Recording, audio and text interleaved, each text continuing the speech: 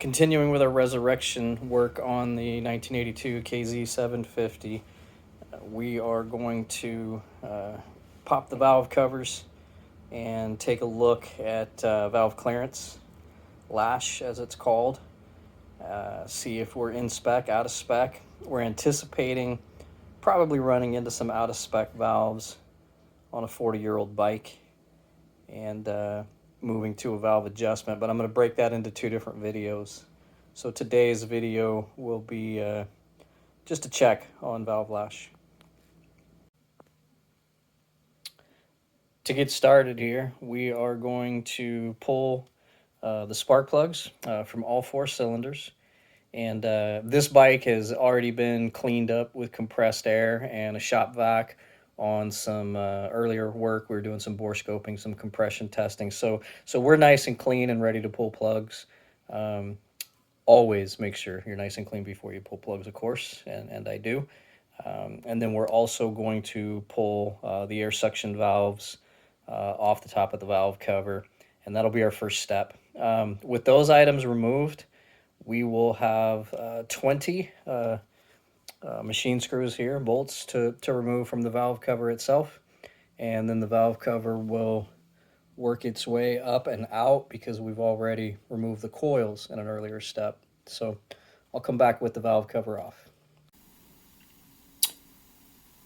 We're back, valve cover off. And our next step is going to be removing this ignition cover right here so that we can access the crank. 17mm wrench on the crankshaft is going to let us spin the crankshaft, which spins the cam lobes, so that we can get top dead center on these cylinders, get our valves where we want them for checking. We are going to be following the workshop manual method, where we will do intake valves and then we'll do exhaust valves.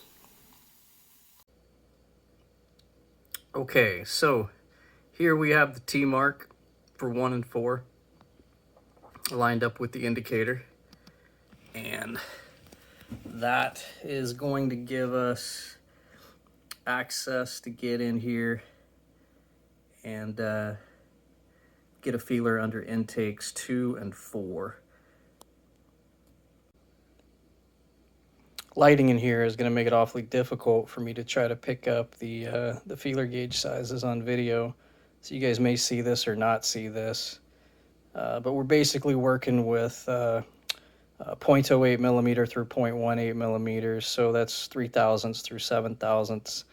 We're going to use each of those gauges. Now we're following the factory method here of checking actual lash. There's a shortcut method out there where you just think in terms of 5, 10, 15, 20.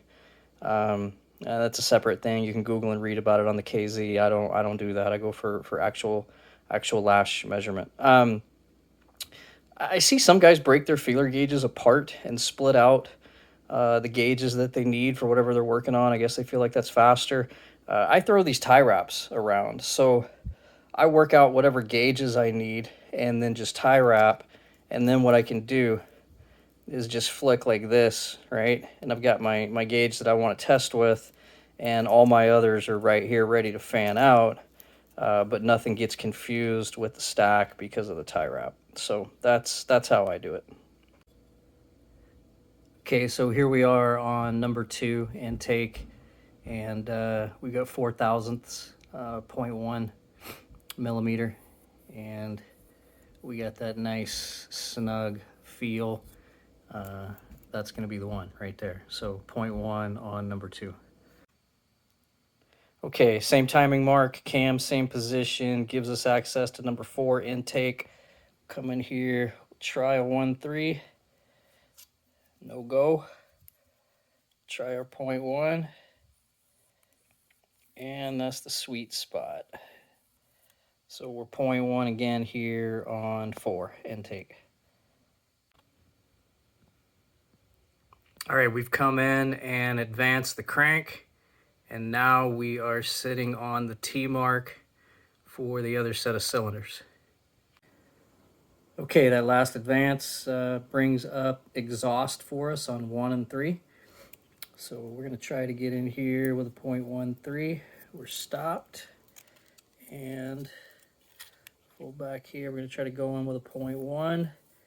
And we got a good feel right there on 0.1 on 3 exhaust. All right, we're here on number 1 exhaust. And I've tried a 0.1 and a 0.13, and we're going to call this one a 1.5. It's got the right feel to it right there on 1.5. All right, here's number 1 intake. We can't get a 0.1 to go. 0.8. If we had a 0.09, man, that'd be beautiful. But yeah, we're between a 0.08 and a 0.1. Number 3 intake with a 0.13. That's got that right amount of drag right there. So we're calling this 1.3. Okay, we've been breezing through up until now, but we have just hit an out of spec. So there you go, and we are on our smallest gauge that's within spec. We're 0.08 right here, and you know, I could cut my zip tie grab from the stack and go down and find out exactly what that clearance is, but I don't care, right? Because if I'm gonna re-shim that, I'm gonna go ahead and re-shim it by a decent amount to get it up towards the high end of the spec range. So not concerned with precision, and just knowing that it failed the bottom end tells me what I need to do with shimming. And if you're wondering about my logic right there, just come back for the later video on the adjustment and it'll all make sense. And our final, we're out here on number 4 exhaust, and that is going to be an 08. So there we have it. All 4 intake, all 4 exhaust. We've got 1 valve out of spec. We've got a couple valves that will soon probably go out of spec. They're at 0.08 right now.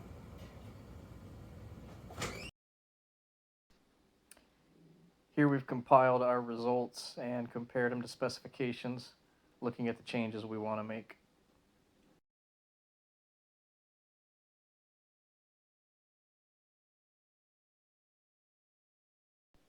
While the plugs are out and in our hand, it's a great opportunity to test the gap. 0.28 to 0.32 is spec. This is a 0.3. They all look good. All right, so you just had to look at the specifications and our results, and the bike's looking real good.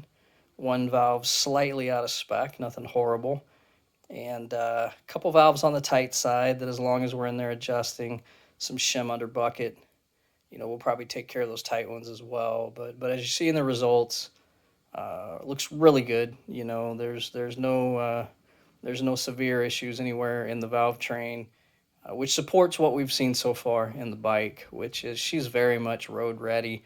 She's a rider. There's no rebuild here. There's no top end work to do. There's nothing like that going on. So we'll get her buttoned up as soon as our shims arrive. We'll have her clean by then, and then we will make some decisions on this painted work as far as whether we are buffing this and going back on, or whether we're going to do any painting. We got a little bit of chipping here and there. We'll talk about that a different day, but we'll make some decisions on that. We'll button her up, and we'll get her riding here soon, which will give this guy a rest on some sunny days. This is my workhorse, my daily rider. This guy will keep seeing all the wind and rain. She's going to get the sunshine, the blue skies, the cafes. Life ain't fair.